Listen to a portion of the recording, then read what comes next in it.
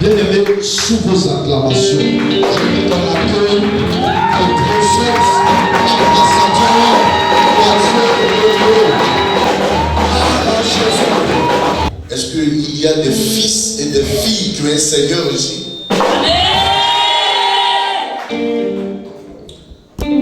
Écoute, dis à ton frère, Jésus est Seigneur. Dis à ton frère, Dieu est créateur. Et dis à ton frère, connais-tu le Saint-Esprit? Donc pose la question, connais-tu le Saint-Esprit? Que le Seigneur vous bénisse. C'est notre premier jour, alléluia, du séminaire. Alléluia. Et notre premier jour, le thème de notre séminaire, c'est connais-tu le Saint-Esprit? Alléluia. Nous allons nous efforcer pour vous aider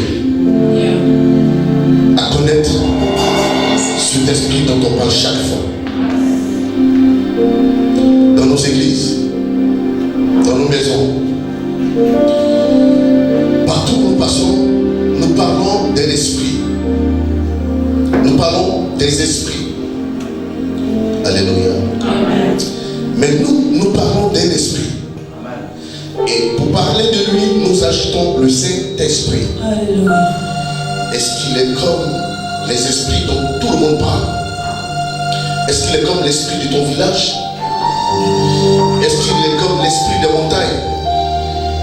Est-ce qu'il y a une confusion? Alléluia.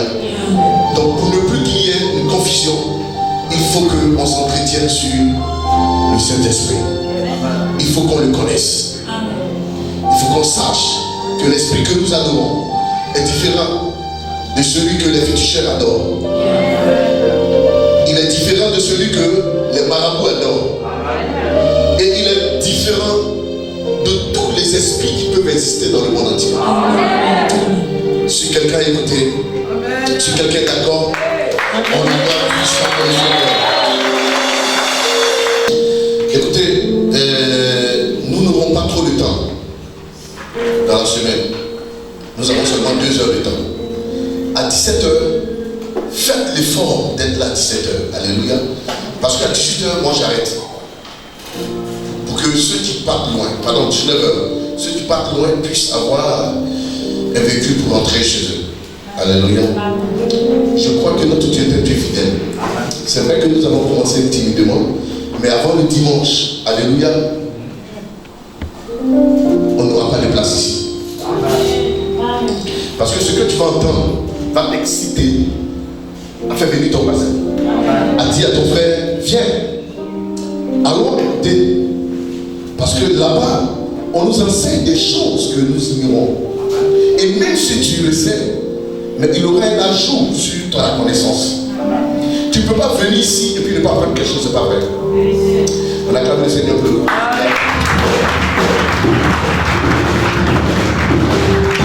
Alléluia. Écoutez-moi bien. Vous savez, vous ne pouvez pas marcher avec quelqu'un sans connaître la personne.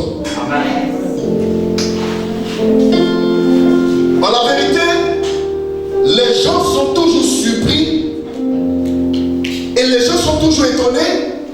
Ils se sentent trahis parce qu'en vérité, ils ne connaissent vraiment pas Dieu. Amen. Quelqu'un n'a pas compris. Amen.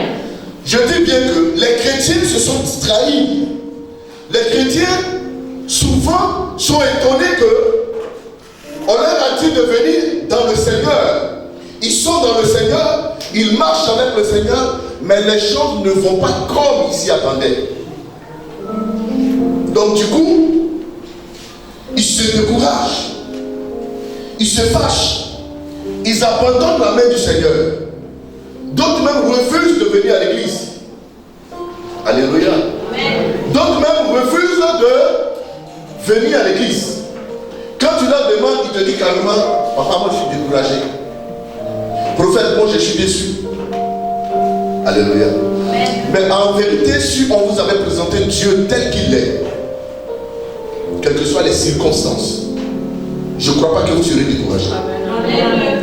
Parce que ce Dieu-là même, c'est le Dieu qui console, qui fortifie. C'est le Dieu qui encourage. Quel est le Dieu que toi tu as servi et puis tu es découragé au point où il n'a pas pu te consoler, il n'a pas pu t'encourager jusqu'à ce que tu abandonnes? Bon. Mais je veux qu'on parle du Saint-Esprit. Alléluia. Nous bénissons le Seigneur pour la vie de ma fille qui a eu un choc la semaine dernière et qui est au milieu de nous. Roselyne, que Dieu te fortifie. Alléluia. Bien-aimé, qui est réellement le Saint-Esprit? Alléluia. Qu'est-ce que c'est que le Saint-Esprit? C'est quoi le Saint-Esprit? C'est qui le Saint-Esprit? Alléluia. Bien-aimé, souvent les gens décrivent le Saint-Esprit comme une puissance, comme une force. Alléluia. Comme un vent. Et plusieurs personnes décrivent le Saint-Esprit comme un pouvoir. Mais réellement, le Saint-Esprit a une identité. Tout ce qui est un nom a une identité. On peut donner un nom généralement que tout le monde connaît. Je peux prendre le nom d'un arbre. Dans chaque ethnie, l'arbre a son nom. Est-ce que quelqu'un comprend ce que c'est?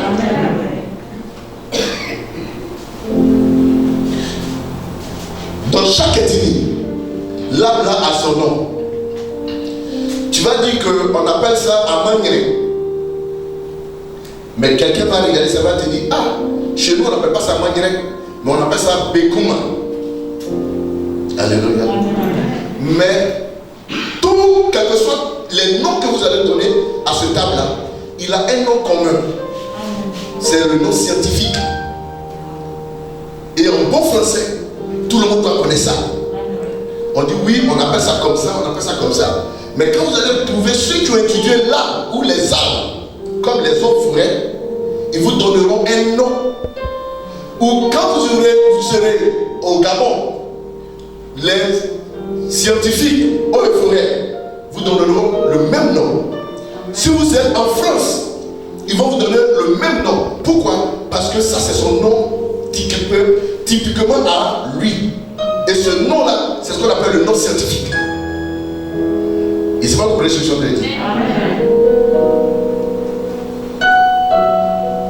Est-ce que quelqu'un comprend ce que je suis en train de dire? Par exemple, le riz dans ton étude, on appelle ça comment? Pardon? Au leus. Chez toi, on appelle ça comment le riz? Pardon? Il faut que vous parlez fort. C'est mon époux. D'accord. Et chez vous là-bas? Au laisser. Chez toi, c'est quoi? Hein?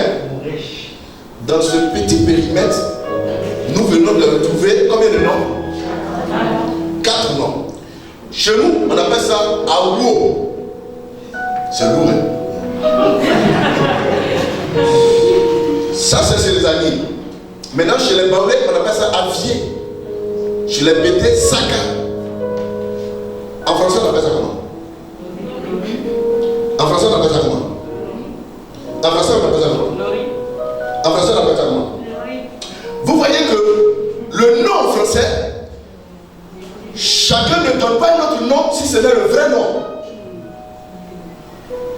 En anglais, c'est the rice. C'est ça, non? The rice. soit béni. Amen. Alors, beaucoup de personnes peuvent donner un nom à un esprit. On dit ça c'est l'esprit des eaux. Ça c'est l'esprit des forêts. Ça c'est l'esprit des montagnes. On dit ça c'est l'esprit du fleuve. Amen. Ça c'est l'esprit des tempêtes. Vous n'avez jamais entendu ça? L'esprit des tempêtes. Quand la tempête se soulève, les esprits ne sont pas contents. Qui sont ces esprits-là? Est-ce que c'est le même esprit-là que nous évoquons dans nos églises? Je dis non. Ce ne sont pas les mêmes esprits. Parce que celui que nous évoquons dans notre église, il s'appelle le Saint-Esprit. Amen. Le Saint-Esprit. Et quand vous le trouvez, il est écrit dans la Bible, et partout il est écrit avec un S majuscule et un E majuscule. Si vous voyez des écrits en français, pour montrer l'authenticité d'un nom, d'une divinité, on écrit cela avec un majuscule. S'il écrit avec un petit E, là il est question de l'esprit de l'homme. Parce qu'il y a aussi l'esprit de l'homme. Il n'y a pas seulement que l'âme. Mais est-ce que c'est de cet esprit-là que nous parlons? Non, mais nous voulons parler d'un esprit qui travaille avec Dieu. Qui travaille avec le Jésus de Nazareth. Mais cet esprit, dans la communauté des églises évangéliques ou des églises christianistes, cet esprit fait partie de la troisième personnalité de la divinité céleste. Donc on parle du Père, du Fils et du Saint-Esprit. Alléluia. Le Saint-Esprit est-il Dieu? C'est une question. Le Saint-Esprit possède-t-il des attributs divins? C'est une question. Alléluia. Mais nous allons nous efforcer à répondre à toutes ces questions en quelques minutes. Comme c'est le premier jour, on va s'efforcer à ne pas tarder. À 18h, on va arrêter. C'est pour cela que demain, vous devez vous organiser. Même quand on dit ça commence à 17h, essayez de quitter tôt le travail. Quand je dis quitter tôt, c'est vrai que vous ne travaillez pas pour vous, mais organisez-vous. Quand il y a baptême, mariage de vos frères, vos familles, vous savez comment vous faites. Alléluia. Alors, je vais vous dire que le Saint-Esprit que nous adorons ici à l'église, il est Dieu. Vous pouvez lire ça. Pour ceux qui prennent note. Vous savez, si vous voulez être de bons chrétiens, vous voulez être des chrétiens affermis. Aujourd'hui, la technologie vous a facilité les choses. Vous avez la capacité de noter avec votre téléphone pour ceux qui ont des Android, même d'enregistrer. Ceux qui ne savent pas écrire ou bien qui ne peuvent pas écrire rapidement, enregistrez simplement. Lisons Actes, le chapitre 5, verset 3 au verset 4. On va aller très vite. Actes chapitre 5, verset 3, verset 4. Il est écrit, Pierre lui dit, Ananias, pourquoi Satan a-t-il rempli ton cœur au point que tu montes au Saint-Esprit et que tu aies retenu une partie du prix du champ? S'il n'eût pas vendu, ne te reste-t-il pas?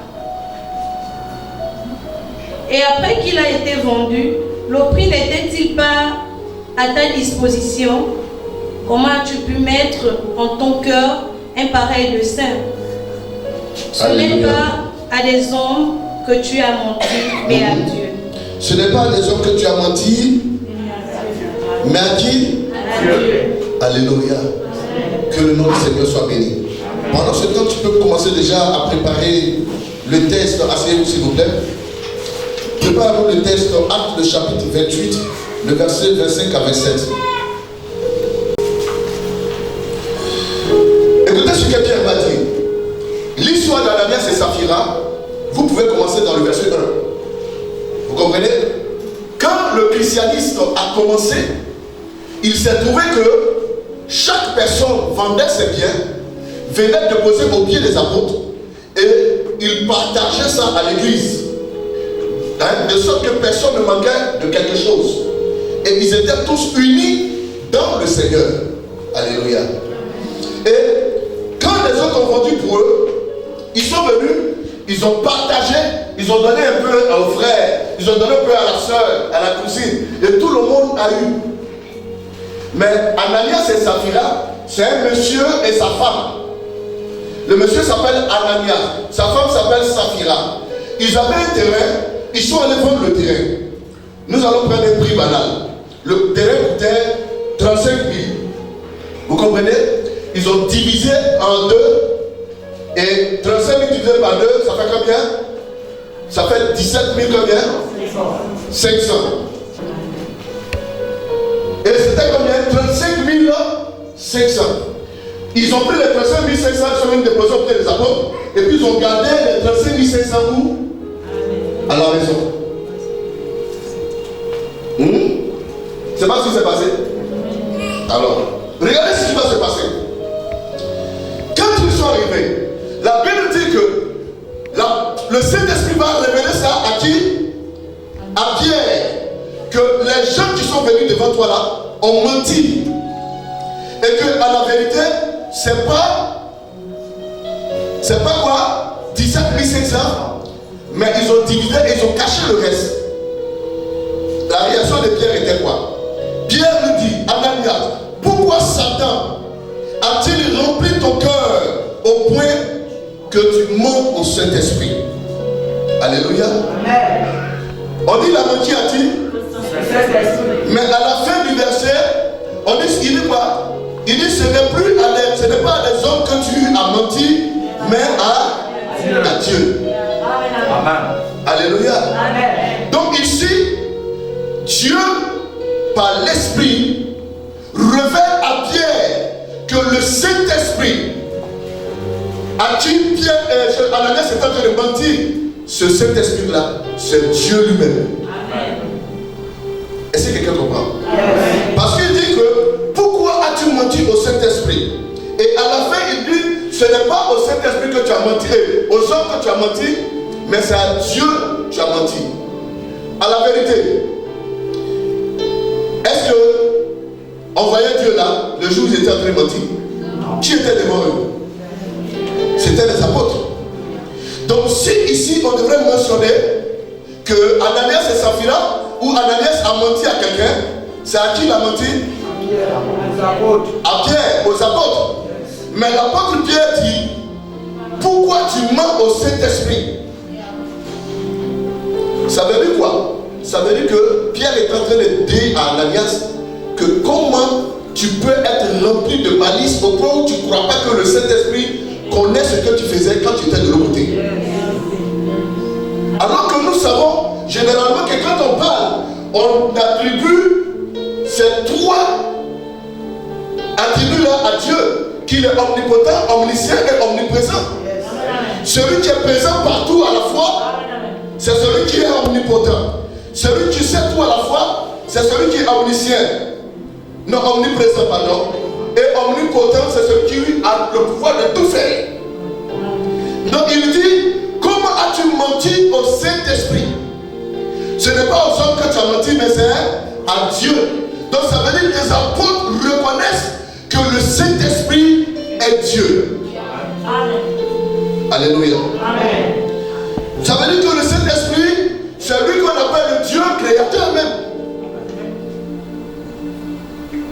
Au début, c'est un peu fou. Ne vous en faites pas. Ayez le courage de suivre seulement jusqu'à la fin. Amen. Alléluia. Amen. Et je crois que jusqu'à la fin, vous allez mieux comprendre les choses. Amen. Quand on parle d'un séminaire, il ne suffit pas d'aller le premier jour, et puis ne pas venir le deuxième jour, venir le troisième jour. Amen. Vous comprenez? Parce qu'il peut y avoir des questions dans votre tête, alors que ces questions sont prêtes à être répondues. Alléluia. Sont prêtes à être répondues le dimanche ou bien le lendemain, vendredi. Amen. Mais si tu écoutes aujourd'hui que tu ne comprends pas, tu t'en vas, tu vas partir avec le doute dans la tête. Amen. Et tu n'auras pas la réponse demain. Compte tenu du temps, on peut courir, mais en courant, On vous explique les choses au fur et à mesure. Alléluia. Alléluia. Maintenant, le Saint-Esprit est l'Éternel des armées. Vous le savez. Hein? L'Éternel des armées dont on parle chaque jour, l'Éternel des armées, c'est le Saint-Esprit. Est-ce que vous le savez? Si vous le savez, il est écrit où? C'est dans quel verset? Chrétien dit souvent la vérité. Alléluia. Depuis que tu vas à l'église, on t'a déjà dit que l'Éternel des armées dont on parle, c'est le Saint-Esprit. Non, si tu le sais, lève la main. Qui sait que ça c'est? Non, lève la main. Depuis que tu vas à l'église là, tu sais que le Saint-Esprit c'est l'Éternel des armées. Est-ce que tu sais? Répondez-moi. Est-ce que tu sais? Mais pourquoi tout à l'heure je n'ai pas dit oui? Bon, ceux qui ne savent pas, levez les mains. Alléluia. Alléluia. Amen. Que le Seigneur soit béni. Vous savez, laissez-moi vous dire quelque chose. Quand vous allez dans une église qui n'est pas votre maison, une église qui est la maison du Seigneur, soyez respectueux et obéissants. Quel que soit votre titre, quel que soit votre âge. Quand on dit tu sais, lève la main. Si tu ne sais pas, baisse la main. Si tu sais, lève la main. Ne sois pas neutre. Tu n'as rien à prouver à quelqu'un ici. Et tu n'as rien à prouver à Dieu. Et tu n'es rien devant Dieu. Je ne suis pas venu te décrire quelle est l'habit que j'ai porté. Je ne suis pas venu te dire quelle est la chaussure, la marque de la chaussure que j'ai portée. Je suis en train de te parler de ce Dieu suprême qui a créé le ciel et la terre. Je suis en train de te parler du Saint-Esprit qui est le Tout-Puissant et qui a créé toutes choses. Alors quand on parle de cette divinité et de cette divin, vous devrez être un. Alléluia. Il ne suffit pas d'aller à l'église. Mais si vous allez à l'église, soyez des hommes respectueux et des femmes respectueuses. Il faut qu'on sente que vous allez chercher quelque chose à l'église. C'est cette disposition-là quand Dieu voit, cette disponibilité-là quand Dieu voit, c'est en ce moment-là qu'il vient vers toi et puis il t'accorde ce dont ton corps a besoin. Vous pouvez être assis, vous trompez l'homme, mais vous ne pouvez pas tromper Dieu. Amen. Alléluia. Amen. Que le Seigneur nous bénisse. Alors, je disais que l'Éternel, chaque fois qu'on dit l'Éternel, l'Éternel, est-ce que vous savez que c'est le Saint-Esprit? Alors, il est important que les enfants de Dieu sachent que chaque fois qu'on parle de l'Éternel, Dieu, il est question du Saint-Esprit. Voici des choses que vous ne savez pas et on veut vous apprendre. Et si vous le savez, on veut vous conforter dedans. On veut vous fortifier dans sa connaissance pour que vous y croyez plus encore. Amen. Alléluia. Amen.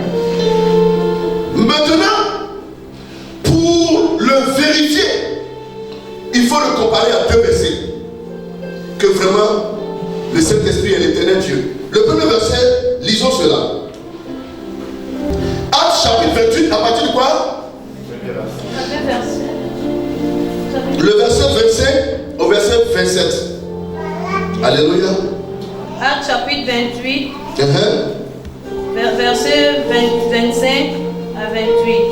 À 27. 27, merci. Il est écrit, oui. Comme il le retirait en désaccord, oui. Paul n'ajouta que ces mots. C'est avec raison que le Saint-Esprit, parlant à vos pères par le prophète Ésaïe, a dit. Amen. Ici, qui est en train de parler? Est-ce que Paul est contemporain d'Ésaïe? Mais l'histoire de Paul est écrite dans quel livre? Dans les Actes des Apôtres. Donc, les Actes des Apôtres, c'est le Nouveau Testament. Ça n'a rien à voir avec l'Ancien Testament. Mais ici, quand Paul parle, Paul explique que ce qu'il est en train de dire là, ça s'est passé dans un livre. Dans le livre de quoi? Donc Paul m'explique, ce que Paul est en train de dire, ce n'est pas ces idées qu'il est en train de dire. Mais Paul rapporte, il relaie quelque chose Et le rapport de Paul, il dit ce que je suis en train de vous dire. N'est-ce pas que c'est dans le livre d'Ésaïe que ceci est écrit? Qu'est-ce qui est écrit dans le livre d'Ésaïe? Lisons d'abord ce que Paul a dit. Reprends encore. Comme il se retirait en désaccord, Oui. Paul n'ajouta que ces mots. Ça veut dire quoi? Il se retirait en désaccord. Ça veut dire quoi? Il y a eu un débat. Et sur le débat, ils ne se sont pas entendus. Sur le débat, il s'est trouvé qu'il y a eu une opposition. Pourquoi? Parce que celui-là dit c'est vert, celui-là dit c'est rouge. Mais avant de se retirer, Paul va expliquer que ce que je suis en train de dire, je ne dis pas parce que c'est moi qui le dis. Mais Ésaïe le prophète l'a dit. Est-ce que vous comprenez ce que je suis en train de dire? Amen. Est-ce que quelqu'un comprend bien? Amen. D'accord. Si vous comprenez, alléluia, on va aller ensemble, on va comprendre. Parce que je vous ai dit que le Saint-Esprit, c'est lui l'éternel. Donc, en un mot, ça peut être même un conflit entre nous ici. Un conflit ou un sujet de débat. Non, papa ambassadeur, non, nous on n'est pas d'accord. Celui-là peut dire oui, si papa le dit, c'est que c'est un frère de frère. On peut même ne pas s'entendre. Mais c'est une discussion pareille. Et Paul va faire référence à un chapitre d'un livre prophétique. Amen. Amen. Alors, on continue. C'est avec raison que le Saint-Esprit, parlant à vos pères par le prophète Ésaïe, a dit: Va vers ce peuple, voilà, et dit: Vous entendez de vos oreilles, mais vous ne comprenez point. On dit, allons doucement. On dit, c'est avec raison que le Saint-Esprit a dit, parlant à vos pères. Donc vous comprenez que Paul est en train de dire que dans le livre d'Ésaïe, celui qui a parlé au père là, c'était le Saint-Esprit. Amen. Est-ce que vous comprenez? Amen. Ici, c'est ce que Paul dit, non? Vrai ou faux? Vrai. Paul dit, comme il se retirait en désaccord, Paul n'ajouta que ces mots. C'est avec raison que le Saint-Esprit, parlant à vos pères, par le prophète, vous comprenez?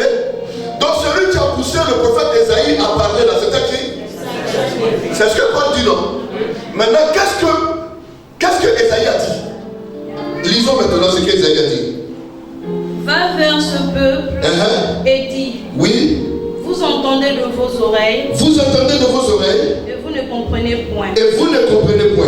Vous regardez de vos yeux, Vous regardez de vos yeux, et vous ne verrez point. et vous ne verrez point.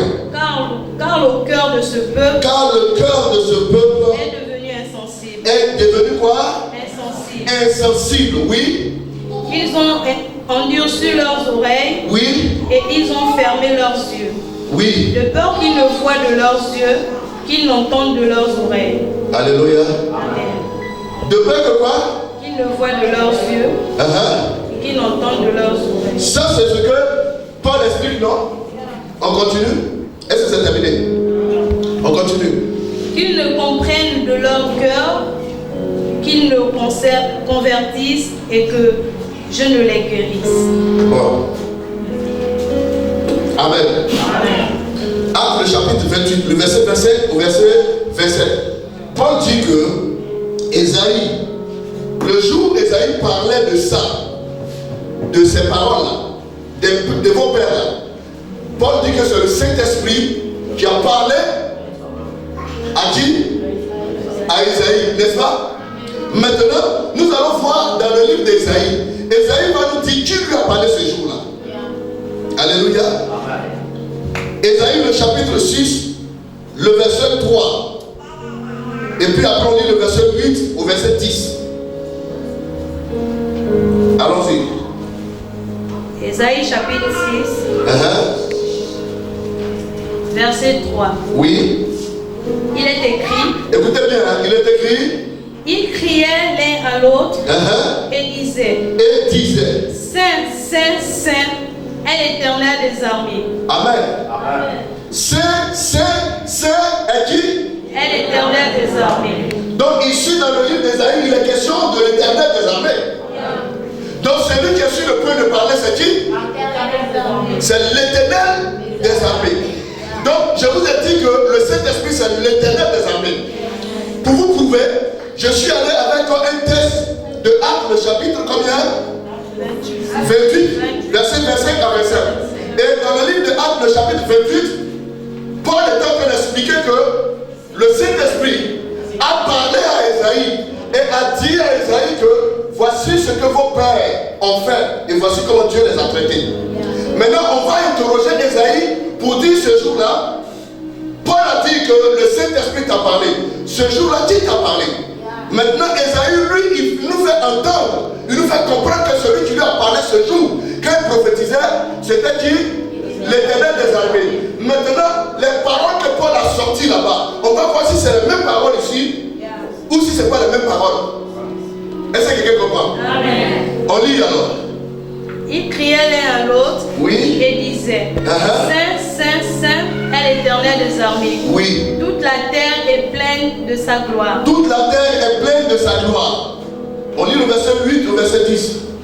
Verset 8, oui, à 10, il est écrit, j'ai entendu la voix du Seigneur. Mais on a entendu la voix de qui? Du Seigneur. Vous voyez qu'on parle de l'Éternel et on parle du Seigneur.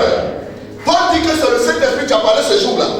Maintenant, quand Esaïe est en train de parler, Esaïe démontre que la parole dont Paul est en train de parler de l'autre côté-là, ce jour-là, celui qui a parlé était l'Éternel et le Seigneur.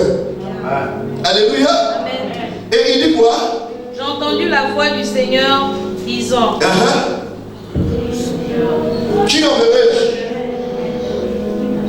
Et qui marcherait pour nous? Je répondis, me voici, envoie-moi. Il dit alors, va et dis à ce peuple, vous entendez et vous ne comprenez point. Vous verrez, alléluia, et vous ne saisirez point.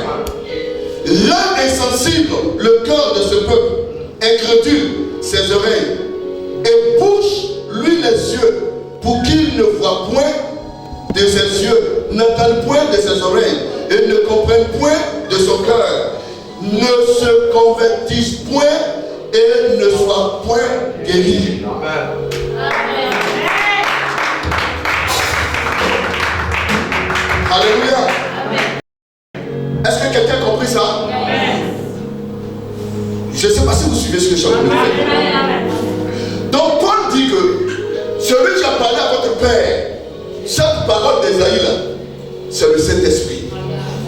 Alléluia. Donc on est d'accord que l'Éternel qui a parlé à Esaïe, Paul dit que l'Éternel, c'est le Saint-Esprit. Qui peut mieux parler du Saint-Esprit que ceux qui ont vécu avec Jésus de Nazareth? Amen. Alléluia. Amen. Ici, que le nom du Seigneur soit béni. Amen. Quand nous lisons la parole de Dieu, quand Paul le dit pour que les gens comprennent que, en la vérité, le Saint-Esprit dont on parle chaque jour, c'est le véritable Dieu, celui qu'on appelle l'Éternel. Amen. Amen. Qui était là le dimanche? J'ai essayé de démontrer le Saint-Esprit et j'ai expliqué qui était en la vérité. Mais le dimanche, je ne devrais même pas vous expliquer ça. Je devrais commencer par sa divinité d'abord. Parce que si on classe le Saint-Esprit dans la catégorie de Dieu, Fils et Saint-Esprit, ça veut dire qu'il est égal aux trois identités citées là. Comme dit le Père, le Fils et le Saint-Esprit, il n'y a pas un qui est plus grand que l'autre. Alléluia. Mais en la vérité, toujours est-il que les gens pensent qu'il y a un Dieu qui est assis au ciel. Et il y a un Fils qui est sur la terre qui se manifeste. Et il y a un Saint-Esprit qui se balade quelque part dans le vent. Voilà comment les gens voient ça. Mais le Saint-Esprit que nous connaissons, que l'ambassadeur connaît, le véritable Saint-Esprit dont il est question, il n'y a pas un autre esprit que le véritable Dieu qui a créé le ciel et la terre.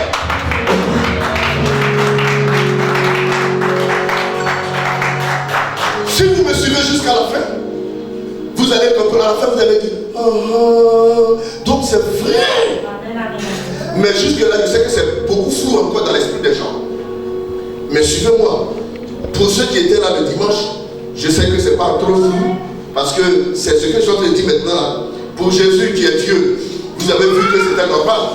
Mais maintenant, je suis en train de vous dire que le Saint-Esprit, c'est le Dieu, le véritable Dieu. Alléluia. Il est qui? Il est Jéhovah. Jéhovah, c'est qui? Jéhovah, c'est Yahvé ou Javé. Javé ou Elohim. Voici le nom que dans la Bible on attribue au Dieu Tout-Puissant, le Créateur. Alléluia. Amen. Donc, Yahvé, Elohim. Elohim qui veut dire Dieu créateur de toutes choses. Donc le Saint-Esprit est qui?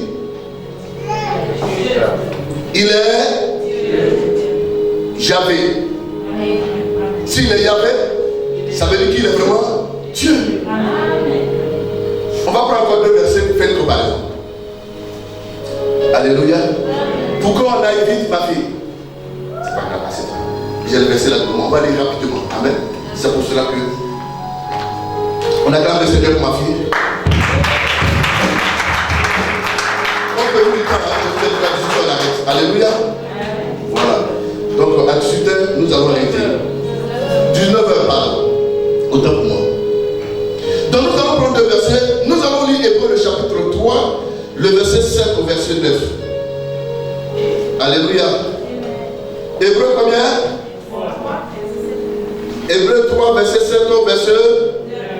D'accord. Nous faisons la lecture. Si quelqu'un a trouvé, personne n'a trouvé, alors moi je lis ça rapidement comme ça. On va aller très vite, 7 à 9. Voici ce que la Bible dit. C'est pourquoi, selon que dit le Saint-Esprit, aujourd'hui si vous entendez sa voix, n'endurcissez point votre cœur, comme lors de la révolte, le jour de la tentation dans le désert.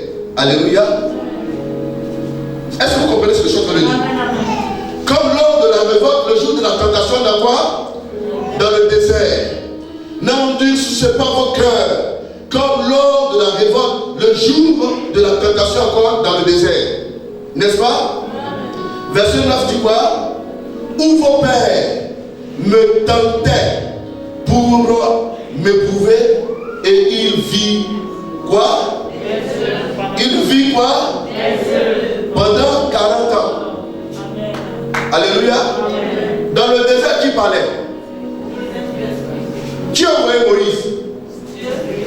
Et à qui s'est opposé le peuple? À Dieu. Alléluia. Non, le peuple ne s'est pas opposé à Moïse. Le peuple s'est opposé à Dieu. Quand on va fouiller dans l'Ancien Testament, le nom qu'on utilise là-bas pour dire qui a dit ça, ce n'est plus le Saint-Esprit. Ils ne sont pas compris ce que je suis dire. Mais c'est quel nom on utilise? Dieu ou Yahvé ou l'Éternel. Est-ce que vous comprenez? Maintenant, il se trouve que quand Jésus vient avec ses apôtres, le Saint-Esprit n'était pas encore là. Vous comprenez? Il marche avec eux, il discute avec eux, il les enseigne. Mais il a fait la promesse. Mais la promesse a été faite depuis le temps de Joël, le chapitre 2, verset 28. Que dans les derniers temps, je répandrai de mon esprit sur toute chair. Les jeunes gens, les jeunes enfants prophétiseront, les vieillards auront des sorts. Vos jeunes gens, et vos serviteurs, sur eux, mon esprit va se reposer, afin que quoi? Puisse parler à de nouvelles langues. Et tout ça, c'est la promesse. Quand le Christ même vient encore, il dit qu'il est avantageux pour vous que je m'en aille, afin que le Saint-Esprit vienne. C'est en cela que j'ai démontré le dimanche que s'il y avait un esprit qui est assis au ciel et que Jésus était en bas ici, mais qu'est-ce qui sera plus facile? C'est de dire au Saint-Esprit, viens, me trouver ici, n'est-ce pas?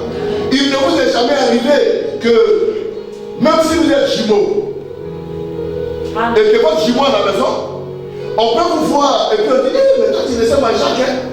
Toi tu vas dire quoi? Oui, évidemment je ressemble à Jacques parce que nous sommes deux, on est des jumeaux.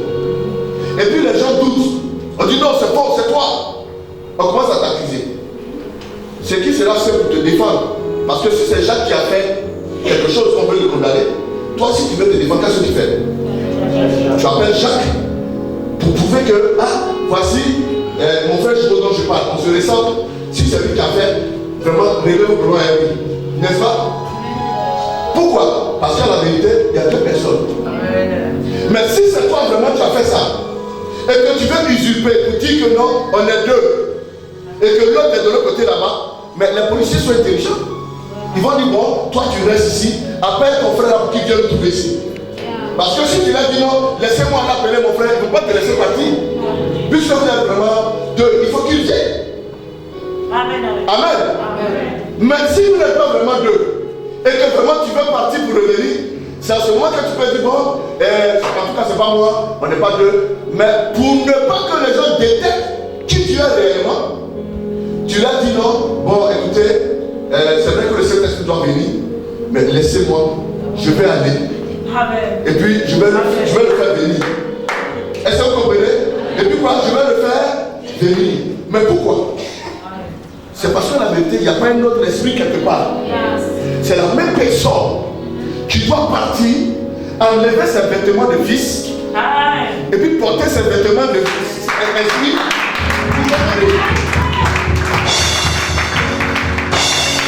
Alléluia.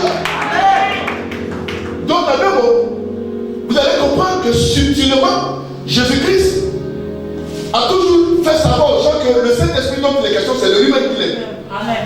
Et Jésus-Christ a toujours fait savoir aux gens, le Dieu dont vous parlez là, c'est lui-même. Bon, là, ils sont en train de parler de la divinité du Saint-Esprit. C'est demain, je vais parler de la personnalité du Saint-Esprit.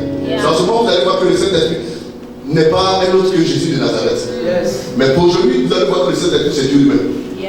Alléluia. Est-ce que quelqu'un comprend ce que je suis en train de dire? Parce que quand vous écoutez les gens qui croient au message de la Trinité, ils vont vous dire qu'il y a Dieu le Père, Dieu le Fils et le Dieu le Saint-Esprit. Alléluia. Amen. Mais quand même, pourquoi ces trois-là ne se croisent jamais? Vous n'avez pas remarqué que quand vous lisez la Bible jusqu'à la fin, les trois ne se croisent jamais. Mais on parle toujours des trois en même temps. Alléluia. Le Saint-Esprit n'est rien d'autre, n'est pas autre chose que celui qui a créé le ciel et la terre. Alléluia. Sinon, je peux combiner pour vous expliquer tout ce soir-là et vous allez comprendre. Mais comme on va aller terre à terre, j'aimerais qu'on suit ça de façon progressive. Vous comprenez? Donc ici, nous sommes en train de démontrer que le Saint-Esprit est Dieu. Et c'est vraiment lui le Dieu. Lisons Matthieu. Il est vraiment la troisième personne de la Trinité, comme souvent les gens le disent, n'est-ce pas? Lisons Matthieu le chapitre 28, le verset 19. Alléluia. Verset 19 dit quoi?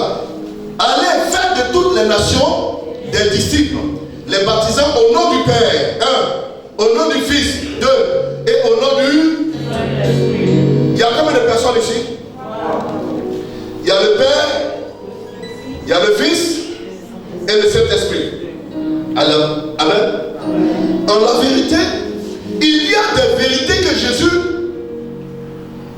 n'a pas voulu faire comprendre à tout le monde.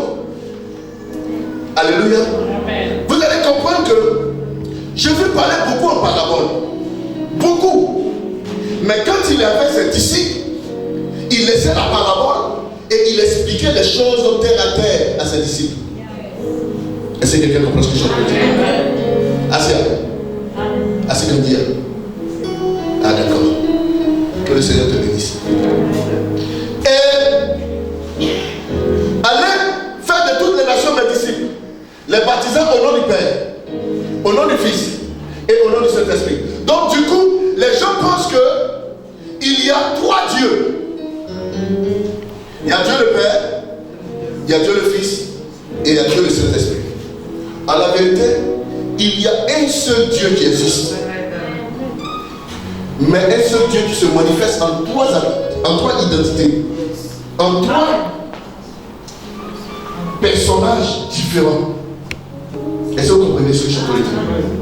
Il y a un seul Dieu, mais qui se manifeste en trois personnages différents. Un personnage qui est le Dieu le Père, un personnage qui est Dieu le Fils et un personnage qui est Dieu le Saint-Esprit. Maintenant, dans sa souveraineté, dans sa divinité, il la position de qui? De Dieu. Voilà.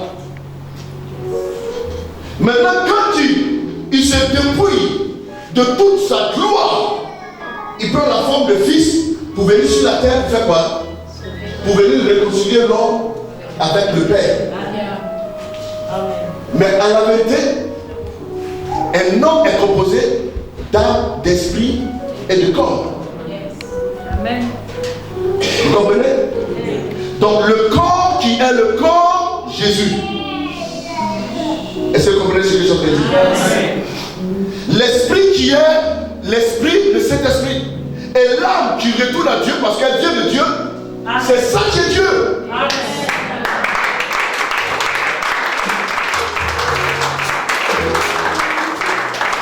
Est-ce que quelqu'un comprend ce que je veux dire?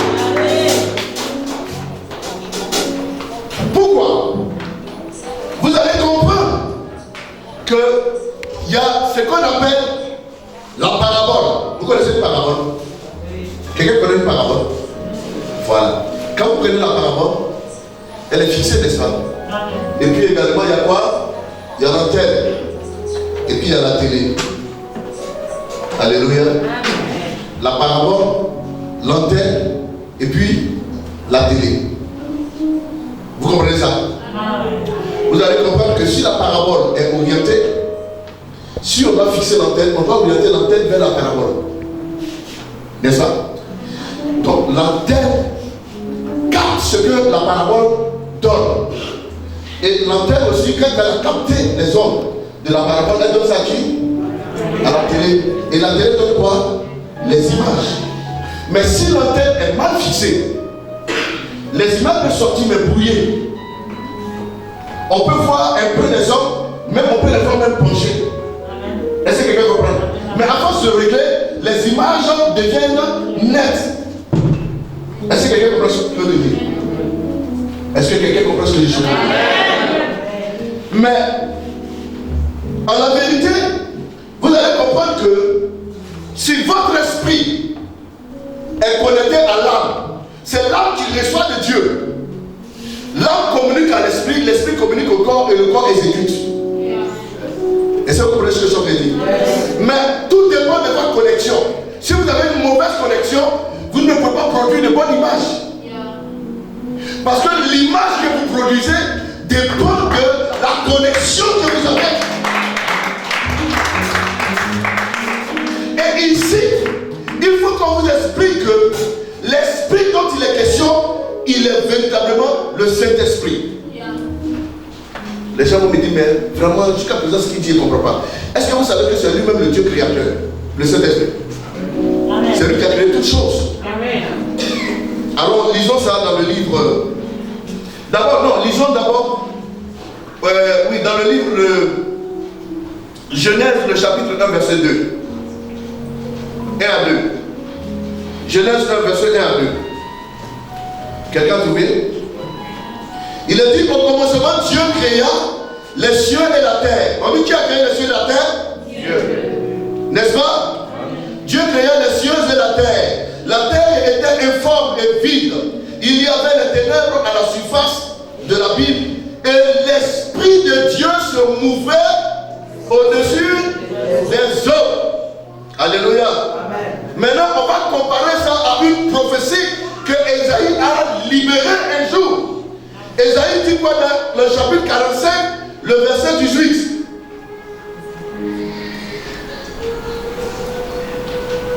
Ésaïe 45, verset 18.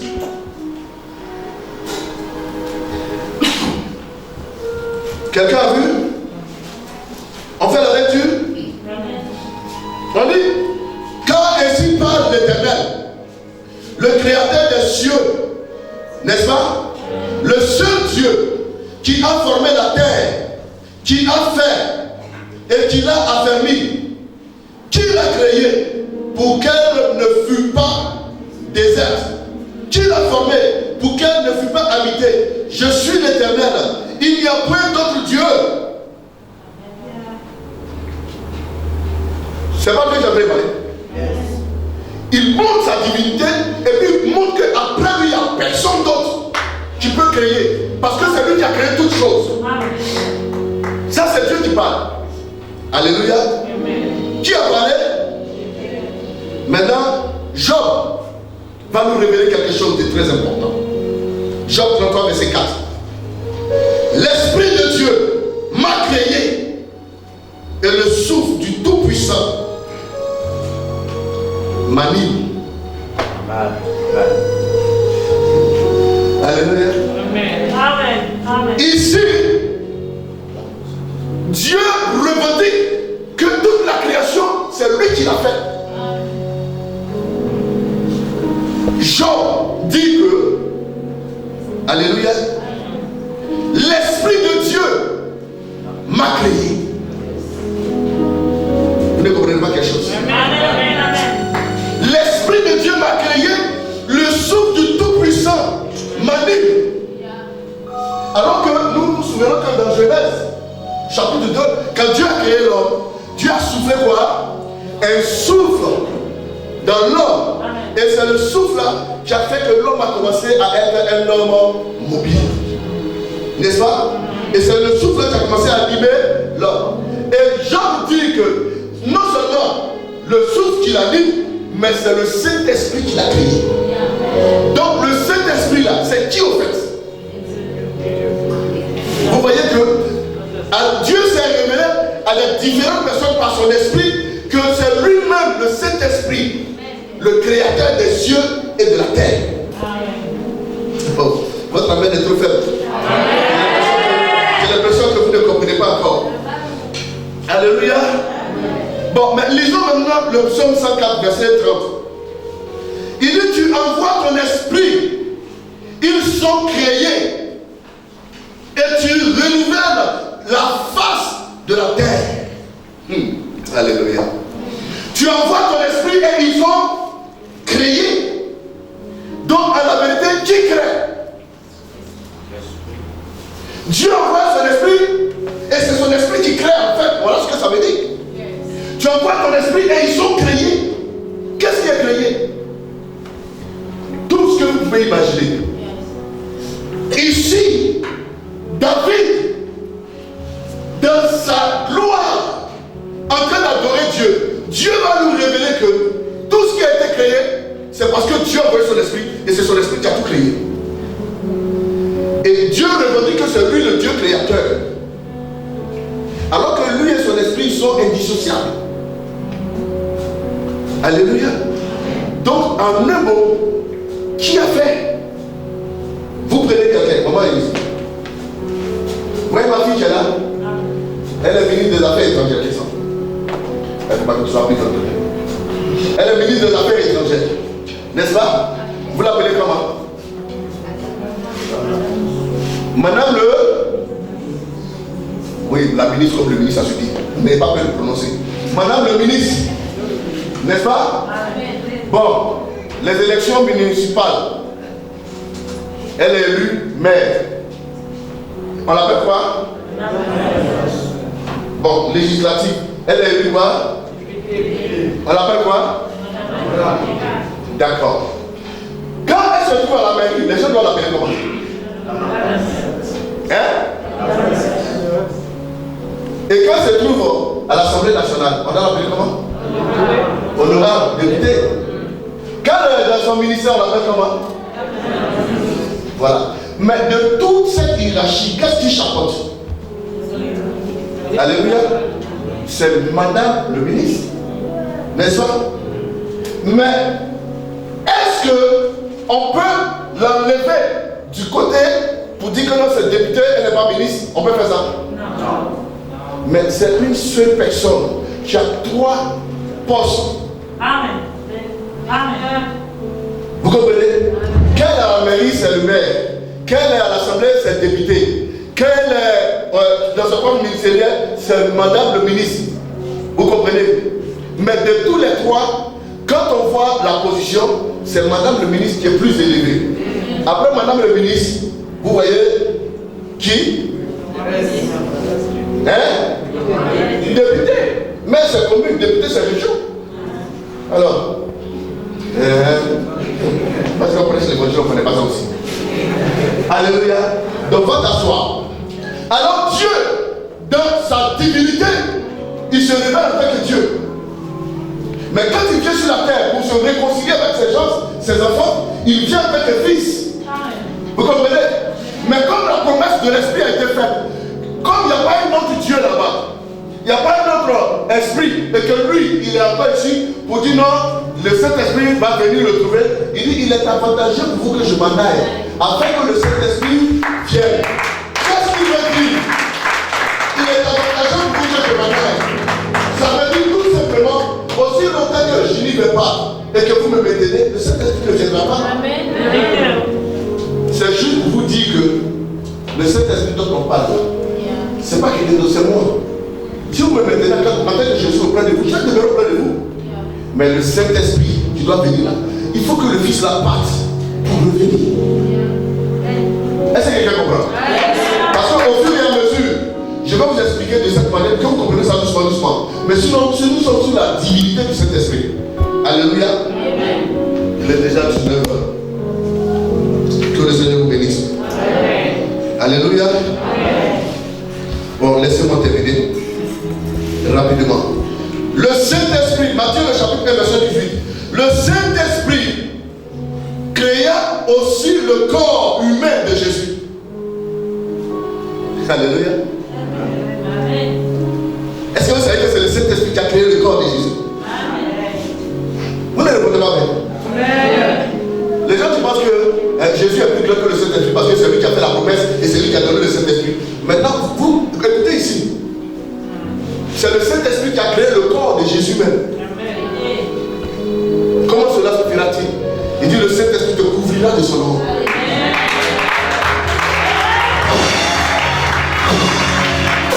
Alléluia. Le Saint-Esprit est allé juste, non seulement il a créé tout ce que vous voyez, les eaux, les montagnes, tout ce qui se meurt sur la terre, mais il est allé jusqu'à créer le corps, un corps pour donner à Christ. Matthieu 18, verset 1, Matthieu 1, verset 18. Le Saint-Esprit créa aussi le corps de Jésus-Christ, le Fils de Dieu éternel. Il dit, voici de quelle manière arrivera la naissance de Jésus-Christ. Marie, sa mère, ayant été fiancée à Joseph, se trouva enceinte par la vertu du Saint-Esprit, avant qu'ils eussent habité ensemble. Alléluia. Le Saint-Esprit possède les attributs divins tels que l'éternité. Alors qu'il n'y a qu'un seul Dieu qui peut avoir ces genres d'attributs. L'éternité. Il n'y a qu'un seul. Sinon tous les dieux sont éphémères. Il n'y a pas un autre Dieu. Alléluia. Hébreu le chapitre 9 de David, Hébreu 9 verset 14 dans le livre de David. Il dit combien plus le sang du Christ qui par l'Esprit de l'Éternel s'est offert lui-même à Dieu sans tâche, purifiera-t-il votre conscience des œuvres mortelles pour que vous servez Dieu, le Dieu vivant. Alléluia.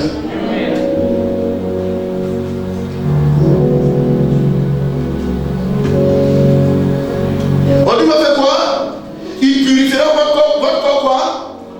Mortel. Pour que vous faites quoi? Pour que vous serviez le Dieu vivant. On dit par l'esprit quoi? L'esprit éternel. Est-ce que vous avez suivi ça? Quand je lisais, est-ce que vous avez compris ça? On dit combien plus le sang de Christ qui par l'esprit éternel s'est offert lui-même à Dieu sans tâche. Le Saint-Esprit, il est éternel. Quand on regarde dans la Bible, la seule divinité qui est éternelle, c'est Dieu. Parce que l'éternité lui appartient. Et l'éternité, c'est ce qu'il a dit commencement. Il fait.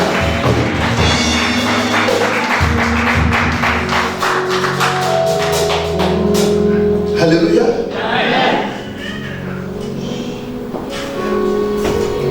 Il est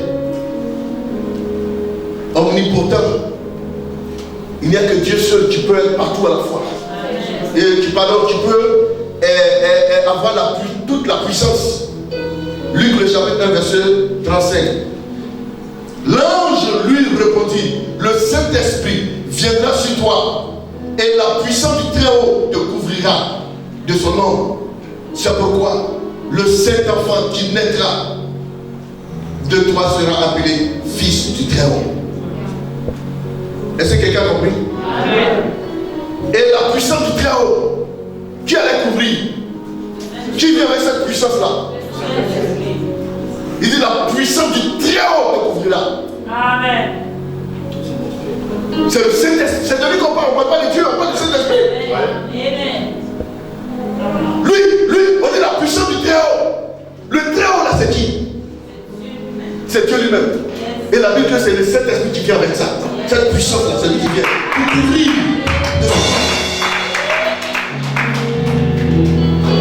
Alléluia. Pour parler de ça, nous voyons Romains le chapitre 15, verset 19. Par la puissance des miracles et des prodiges, par la puissance du Saint-Esprit de Dieu, en sorte que depuis Jérusalem et les pays voisins jusqu'en Lyrie, j'ai abandonné, répandu l'évangile de Christ. J'ai abondamment, répandu l'évangile de Christ. Il dit par la puissance des miracles et des prodiges, par la puissance de l'Esprit de Dieu. Paul dit que c'est par le Saint-Esprit, cette puissance de Dieu là, qu'il a fait toutes ces choses. Cette force, ce pouvoir. Alors cette puissance de Très-Haut là n'est attribuée qu'à Dieu seul. On ne peut même pas l'attribuer à quelqu'un d'autre. Donc si dans ses propos, les propos de ses disciples, on attribue ça au Saint-Esprit, donc ça veut dire qu'il n'y a que lui seul qui peut porter ça. Alléluia. Pourquoi ces qualifications? Je vous explique très simple. Quelqu'un est en train de venir des États-Unis, tu ne connais pas la personne, n'est-ce pas? Et on va te donner une description pour aller à l'aéroport pour récupérer la personne. La description qu'on va vous donner, on va vous dire que la personne a porté habit jaune, foulard rouge au cou. Vous comprenez? Pantalon vert et chaussures noires, chapeau bleu marine. N'est-ce pas? Vous ne connaissez pas la personne. Vous vous arrêtez à la porte de la sortie.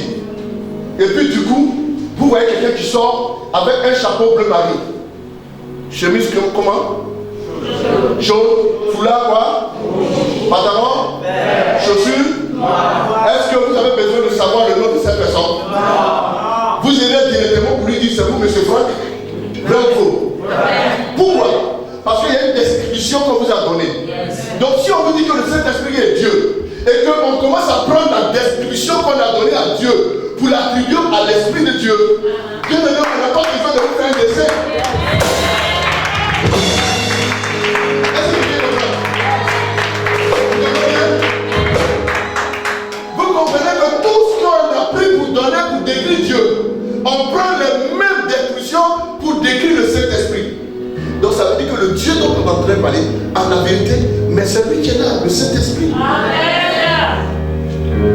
Alléluia. Amen. Est-ce que quelqu'un comprend ce que je suis en train de dire? Amen. Est-ce que quelqu'un comprend ce que je suis en train de dire? Amen. Que le Seigneur vous bénisse. Amen. Je lis un dernier verset et puis c'est bon. Sinon j'ai encore 3 versets. Mais comme j'ai dit, on finit à 18h et 19h. Alléluia. Amen. Un dernier verset pour vous dire que le Saint-Esprit, il est omnipotent, il est aussi omniprésent. Vous le savez? Omniprésent, c'est quelqu'un qui est à la fois partout. Même le diable n'est pas omniprésent. C'est juste. Alléluia. Le diable n'est pas omniprésent. Les gens pensent que le diable est partout. Non, le diable n'est pas partout. Le diable est dans un lieu. Et il a ses agents partout. Et lui, c'est qu'il reçoit des informations qui lui viennent de partout. Voilà comment. C'est pour cela que faites très attention les amis. Si vous avez un ami, un frère, qui commence à trop vous poser des questions pour rentrer dans vos intimités, faites très attention. Parce que le diable ne sait pas tout.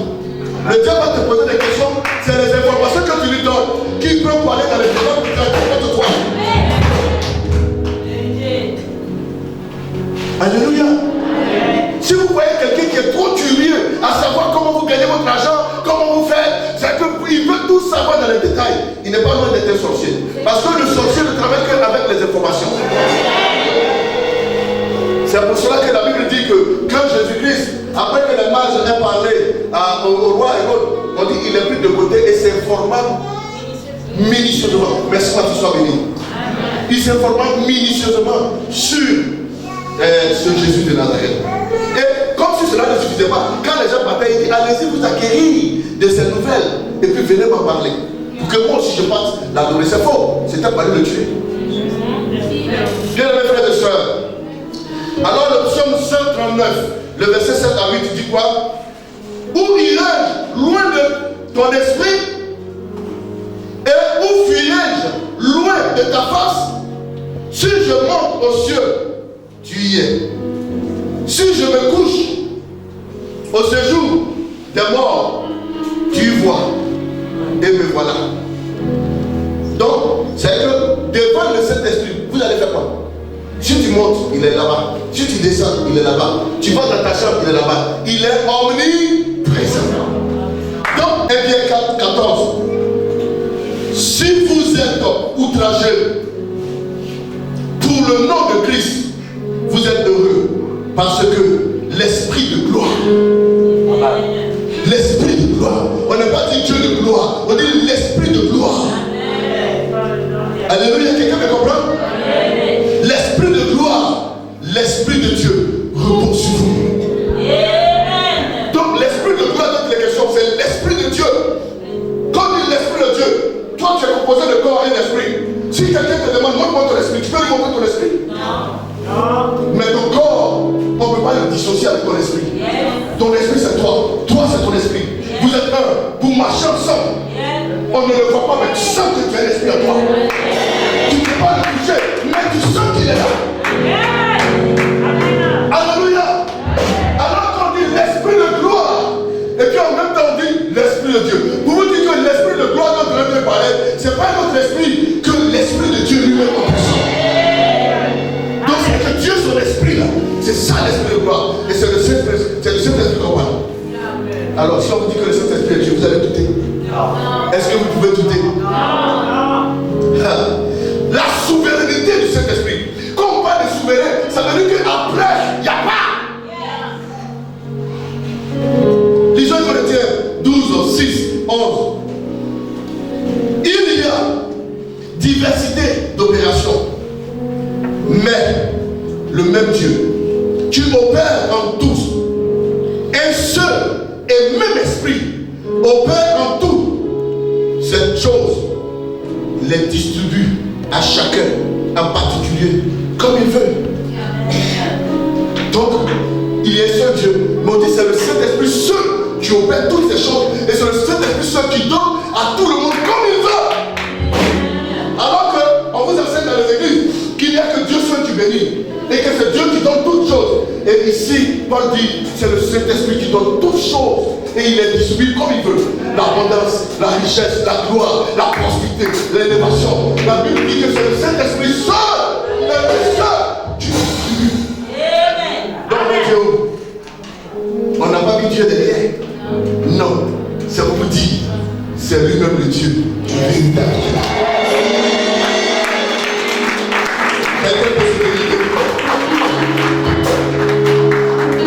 Alléluia.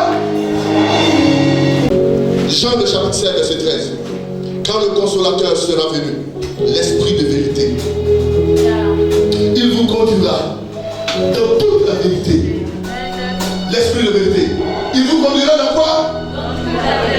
Il n'y a que Dieu seul qui est bon et qui est vrai. Sinon tout le monde est menteur.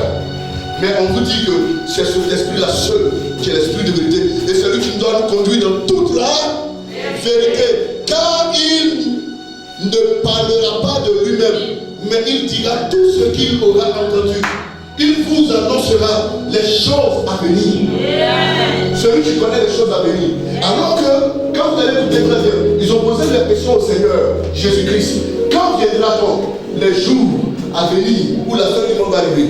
Jésus a dit quoi? Il n'y a que Dieu seul qui connaît l'avenir. Et ici on dit que le Saint-Esprit seul connaît l'avenir.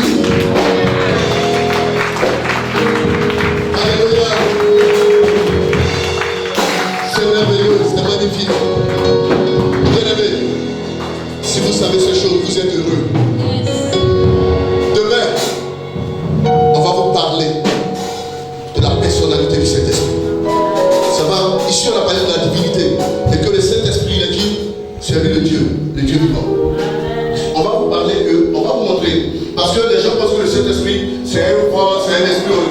Non, le Saint-Esprit est une personne. On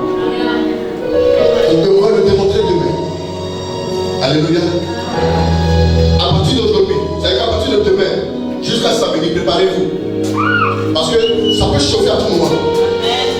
Mais je crois que samedi, ça va déménager dans cette salle. Mais demain, s'il te plaît, que tu sois là où tu es, ne regarde pas. Viens. Dieu te fera grâce. On se tient tout debout. Donc les choses sont restées un peu floues dans la tête. C'est un esprit qui conduit dans toute la sagesse et dans toute la vérité. Aide à chacun de comprendre selon ce que tu voudrais. Nous n'avons pas tous les mêmes compréhensions et la même façon de voir les choses.